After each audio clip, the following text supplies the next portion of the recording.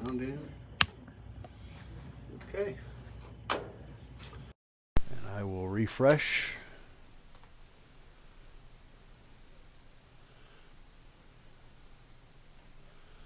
And then there we go. I guess we should do a sound check, huh? Before somebody comes on and says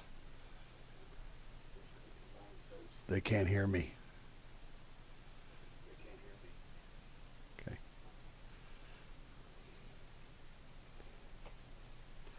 Okay.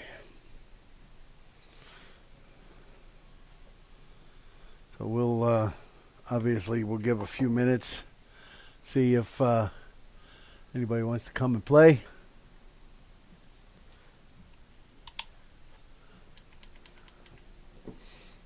We're doing our Memorial Day giveaway. So obviously we want to get some audience members in. See.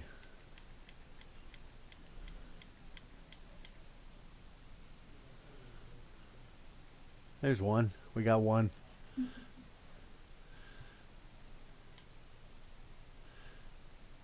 Hi, Russ. Hope you had a good Memorial Day. I spent most of mine working. I had to come back to work to get some rest.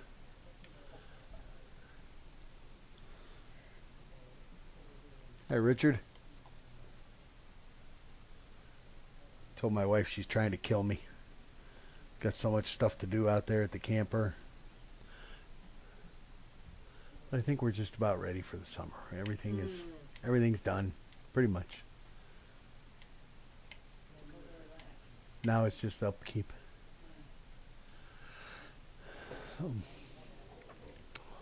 Okay. Oh, that sucks. Radiator in the truck. You're fine. Yeah, she's telling me I'm fine. She's working me to death. Woke up this morning and everything hurt. My shoulders are still hurting.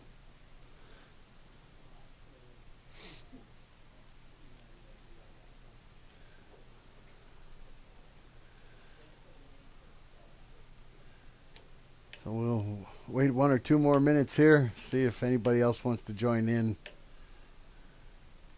It does look good. I'm happy. I'm happy with all the stuff we did. It looks great.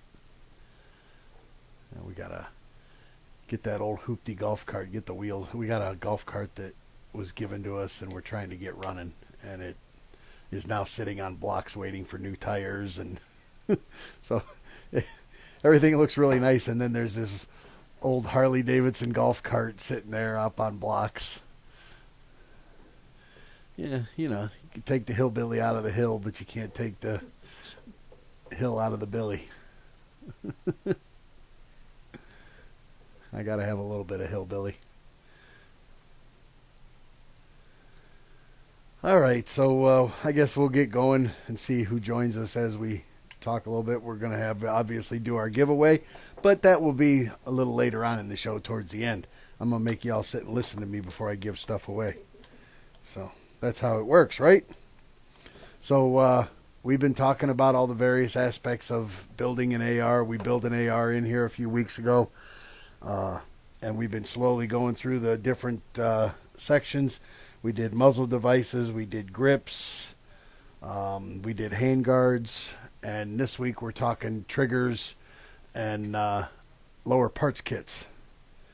So, you know, the lower parts kit is a whole bunch of little stuff, right? This is what you get when you buy a lower parts kit to build an AR, is you get a bag full of stuff here, and you got to be real careful because this stuff wants to roll away. A lot of it's round, and it wants to take off on you.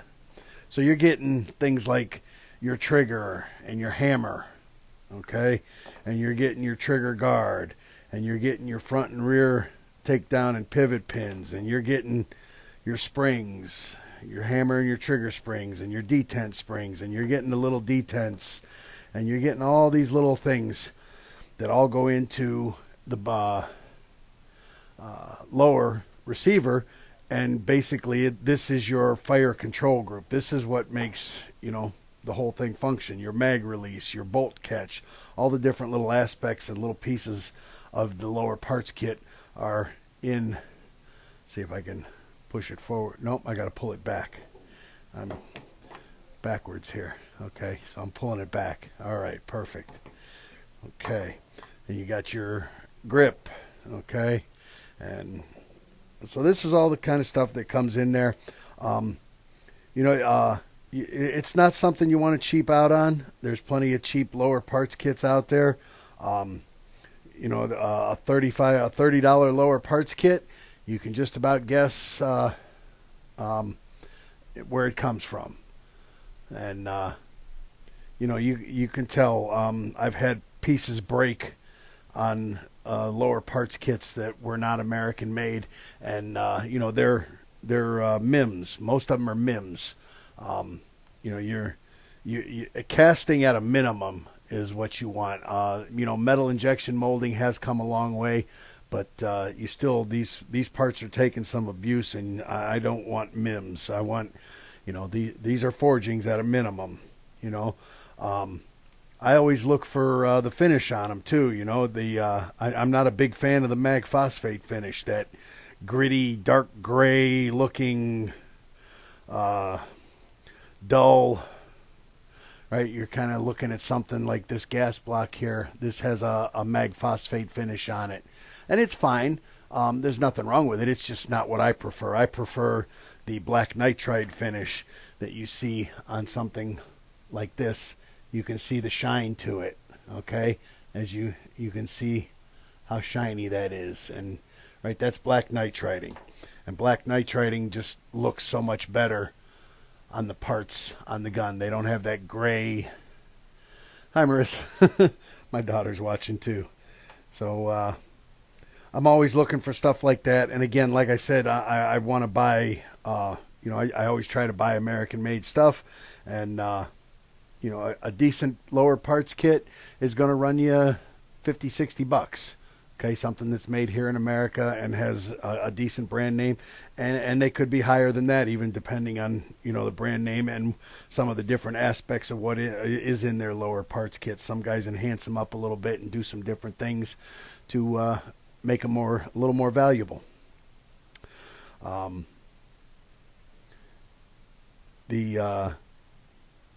We have taken, if you buy a lower parts kit, I recommend buying what they call a whoops kit. We've taken to we just bought a bunch of whoops kits, and we're going to start adding a whoops kit to every one of our build kits. So, we've had a bunch of guys, hey, I lost this, I lost this D10, I launched this spring, where can I get another one? So for a relatively inexpensive amount, they're not expensive, they're not crazy. We can help that and throw a few extra springs and detents and stuff in there that if somebody launches something or loses something, they at least have a replacement.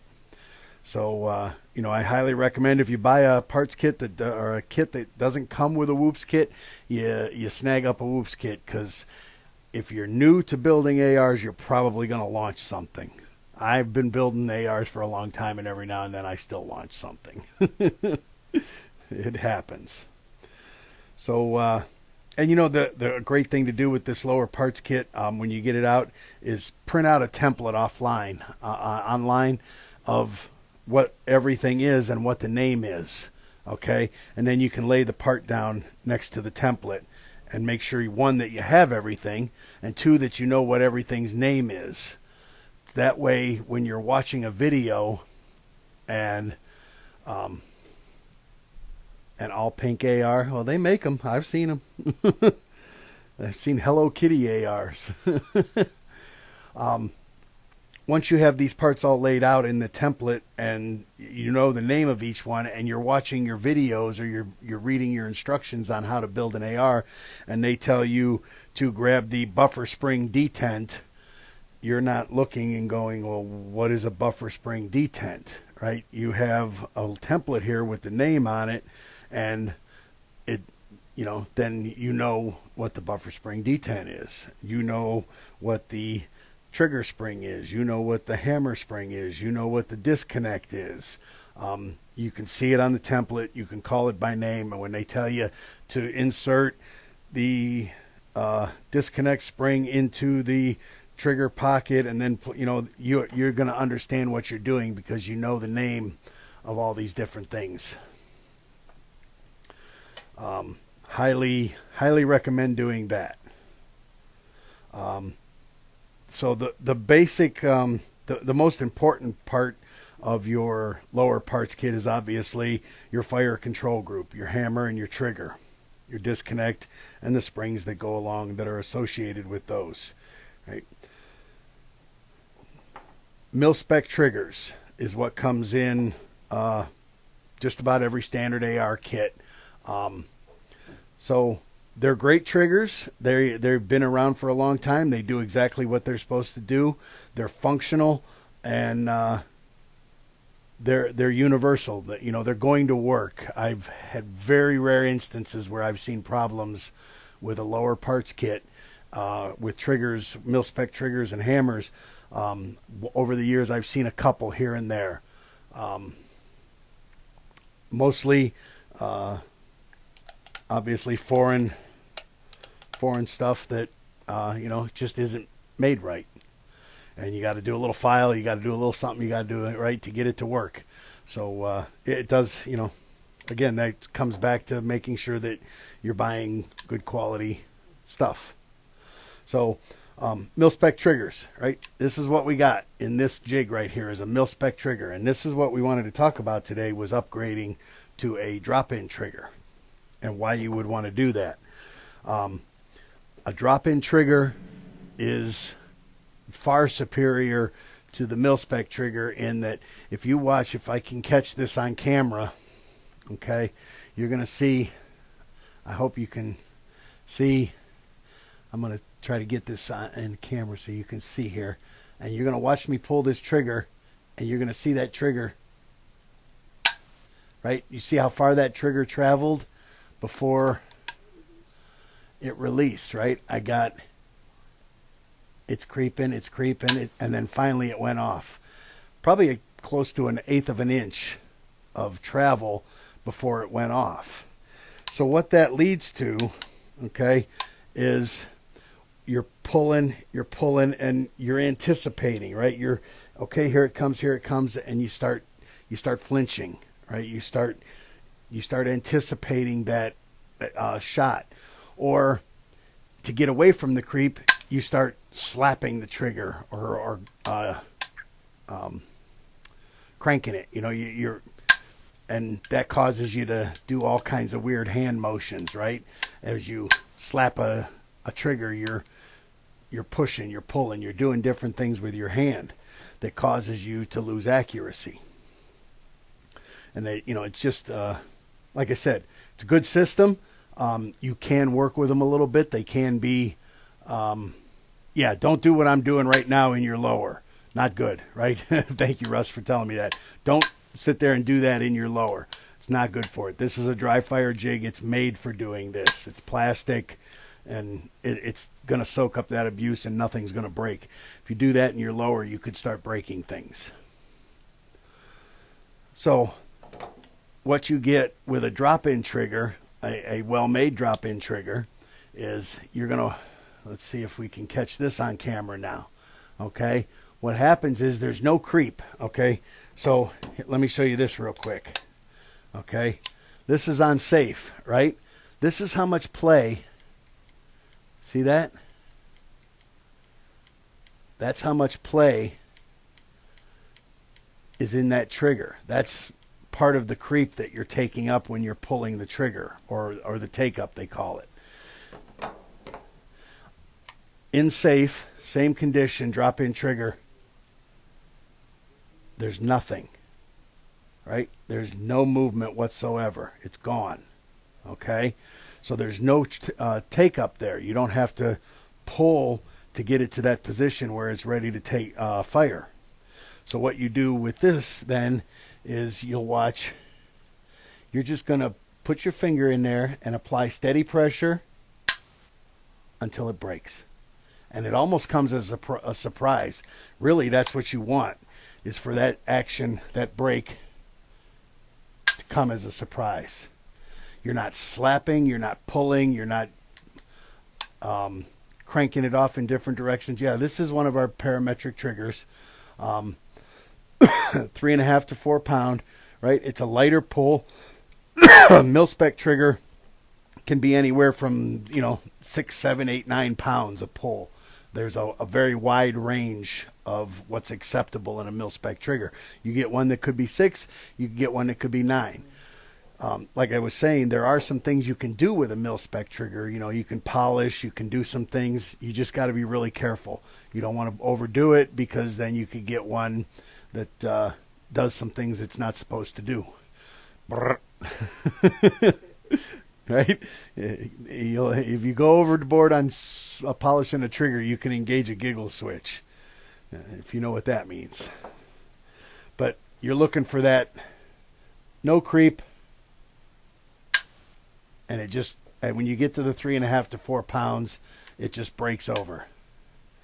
2 pounds is a little light for me. I'm leery of a 2-pounder, because with a 2-pounder, you can smack the buttstock on the ground when the safety's off, and it could go off. Right? So I get a little leery before when I get down under 3.5 to 4 pounds. It's if you know what you've got and you're absolutely sure of it, and it's a competition gun, you're gonna be okay. For a hunting gun or a range gun, I probably wouldn't want to go down to 2 pounds. That's a little too light. Yeah. So this is how an AR trigger works. Let me explain that real quick. Right.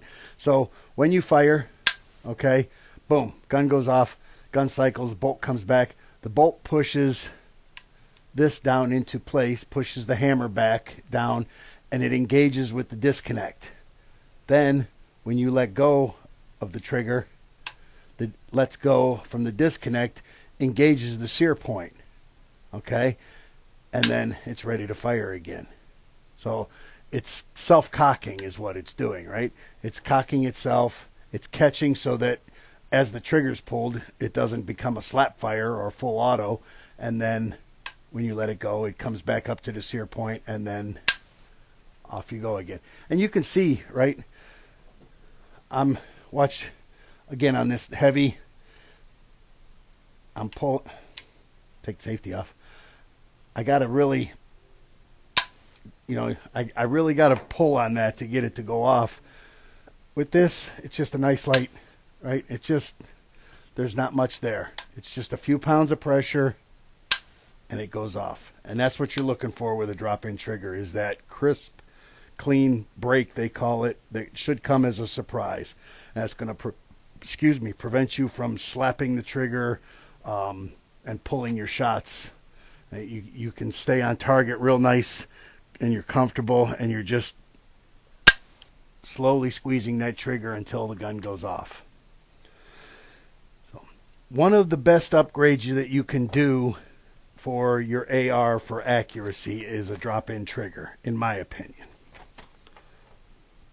That and shoot it a lot. That's going to help with your accuracy. So, buying a lower parts kit, make sure you get something that's decent quality, good quality. A $30 lower parts kit is a $30 lower parts kit. I recommend at least $50, $60 and a decent brand name to make sure you're getting good quality stuff. If you go on a website and it doesn't say made in America, it probably ain't. If stuff's made in America, we like to advertise it that way as retailers. CMMG makes good stuff. I've used some of their lower parts kits. I've had my 350 Legend has a Spikes Tactical lower parts kit in it, and that's been a great lower parts kit. I've had no issues with that. So, spending that 50 or 60 bucks on a lower parts kit is where you want to be. Or even, some of them are 80, 90 bucks depending on if they've enhanced the trigger. Maybe some of them have straight triggers in them, different options that are going to jack the price of that up a little bit. But Again, for the $150 that a drop-in trigger can cost you, anywhere from, there's decent ones out there for $100. Anything under that is probably not going to be real decent. Rise Armament makes some nice ones that are, sometimes on sale for $100. It's just a great add-on option and real super easy to install. You pop the grip off, you take the safety selector out, pop the 2 pins out, take the old stuff off, drop this in, put the 2 pins in, jam it down, put the safety back in, put the handle back on, and you're done. It takes 10 minutes to change out a trigger. And once you go to a drop-in, zero creep, 3.5 to 4 pound trigger, you'll never want to mess with a mil-spec trigger again. As soon as you build the rifle, you'll throw it away. And oh yeah, Timney makes some good triggers. I have a Timney in my 350 Legend, and it was a $250 trigger, and but it's a good one, man. That one will go down to a couple pounds, and I don't take it down that low because I don't see the need to on a hunting gun. There's 2-stage triggers. These are all single-stage triggers. A 2-stage trigger has a double catch on it, and you end up like a pistol, okay? They have what they call a wall, and you'll pull that trigger. It'll be a lighter pull back until you hit that wall, and then you'll have a little bit of creep and it'll go off. A lot like a pistol trigger. If you shoot a pistol a lot, you know what I'm talking about. You have that trigger, you pull back to the wall, and then once you start squeezing what they call the wall, then it goes off. And that's what a 2-stage trigger does. It has that wall where it's a lighter pull all the way through, but that first 1/8 of an inch or so is just travel back to what they call that wall. So that's, lower parts kits, there's not a lot to it. I mean, there is a lot to it. There's a lot of pieces, parts, and stuff. But the crux of it is your trigger, right? And that's where you want to look at investing your money into perhaps a drop-in trigger if you're really looking for some accuracy.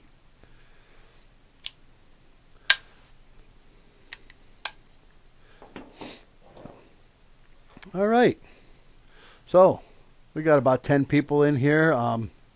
The long range shooters do like the 2-stage triggers. I just prefer a single stage, I guess, because that's what I've always shot. And I like a single stage trigger. I'm not a 2-stage trigger fan.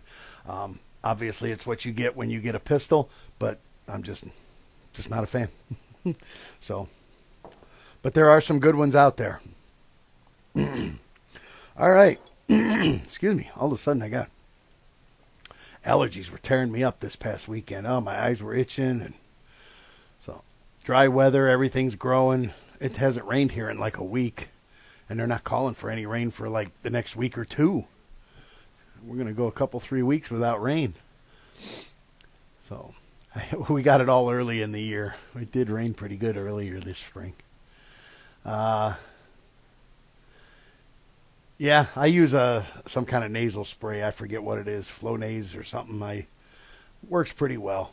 Wife gave me a Benadryl the other day. It worked, but nothing works forever. Eventually, the more you take it, the more immune you get to it. All right. So, drum roll. What we all came for was our Memorial Day giveaway. And if you all remember me talking last week, we were talking about we were going to give away our American flag handguard here. I'll pull this thing out so y'all can have a look at it.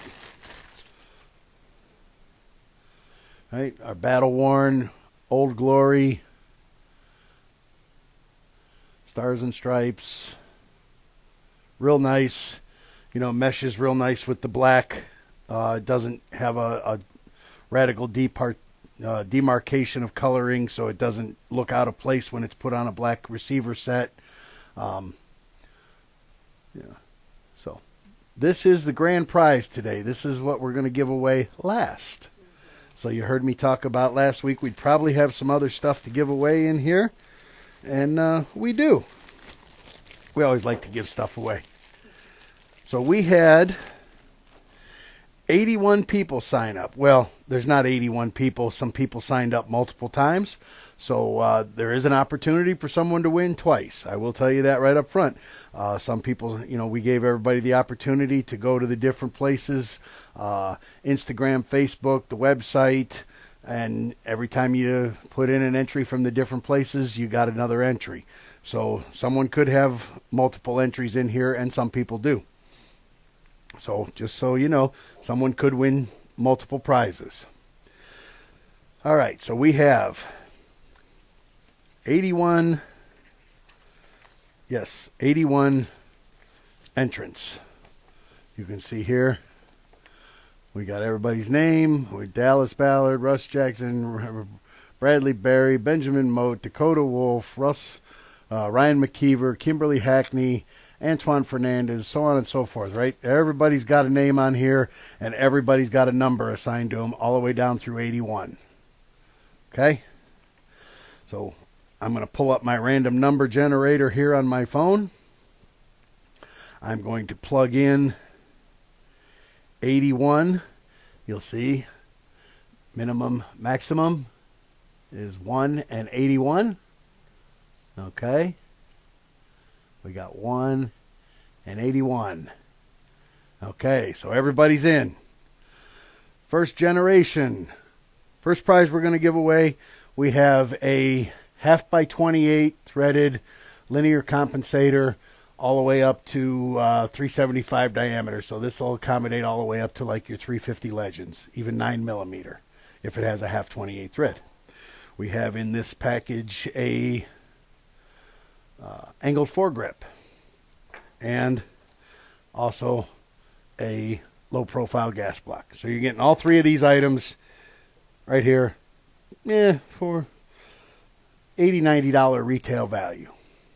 Okay, first generation, boom, we got number 64, and that is number 64, last page, Frank Darcy. Frank Darcy wins package 1. And that's the AFG package. Okay. All right. Next thing we're going to give away is a 13-inch Foundation Series full flat top handguard. Hemlock handguard.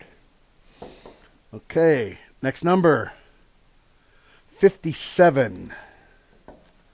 57 we have Russ Jackson. He wins the 13-inch handguard. I imagine that'll be on a Marksman's for Vet rifle someday. Okay, next we have a 15-inch competition top Foundation Foundation Series handguard.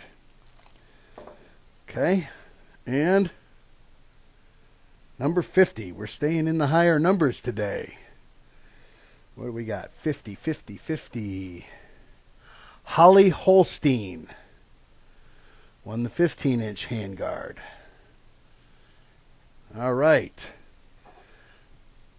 We have a parametric trigger. Okay? Each one of those, the 13-inch handguard, about an $80, $90 retail value. The 15-inch handguard, just about $100, $110 retail value. $150 retail value on the trigger. All right, let's see who wins the trigger. 74. We are staying in the high numbers. Hey, guess what? That's Russ Jackson again from Instagram, from his Instagram. Yep. So the first one was from his website submission, and then that one was from on Instagram. Okay. The handguard. The Old Glory Handguard. Let's see if we can get a low number here, huh? All right, we got a low number. Good. 13.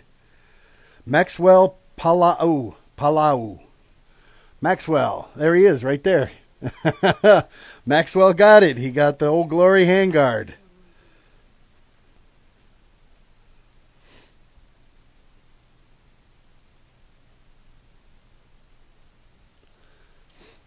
All right. So that's it. That's all of we got Frank Darcy winning the three-piece package here. We got Russ Jackson winning the trigger and a 13-inch handguard. We'll put those together.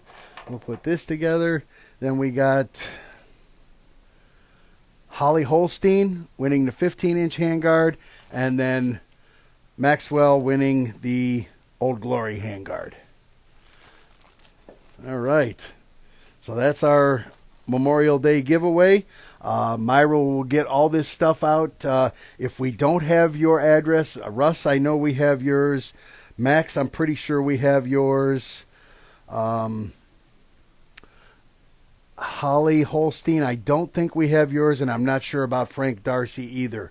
If you happen to watch this later, sometime today, and we don't have your address, go ahead and shoot me your address in the comments section. And if we haven't heard back from, who we need addresses from in the next day or so, I'll reach out via email and see if we can get your addresses and get this stuff out to you.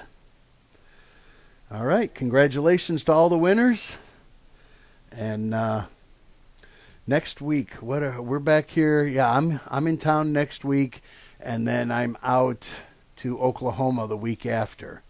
So there's a good chance there might be another giveaway going on in a couple of weeks with Andy. I don't know. I can't say for sure, but I don't even know. Is Andy in town? I don't know if he's even in. I'm not sure if he's going to be even in town. So I don't know what will be going on in 2 weeks, but I'll be back here next week, and we're gonna. I think we're talking barrels and twist rates and ammunition, and how the twist rates relate to your ammunition, the weights of your ammunition, and the different aspects of ammunition, and how the barrel twist rates and all that affect how they interjive with each other. All right. So, appreciate everybody joining me. Congratulations to all the winners. If we don't have your address, get it to us. Like I said, Russ, I know we have yours. Max, we have yours. And, Holly and Frank Darcy. Holly Holstein and Frank Darcy. If you're listening to this, get us your address, please, just to make sure we have it. I'm not sure if we do or don't. So, thanks for joining me, everybody. Let me see what time we got here. Okay, it's 4:22. The clock is still wrong on that darn TV. I keep looking up there, and I'm like, it's 8 o'clock in the morning. All right, so thanks for joining me, everybody. We'll see you in here next week when we talk about barrels and twist rates and ammunition and all that good stuff. Appreciate y'all joining me. Remember, you don't have to be an expert to build your own AR, to upgrade it or maintain it, or to win free stuff. We're here to help you do that. Thanks.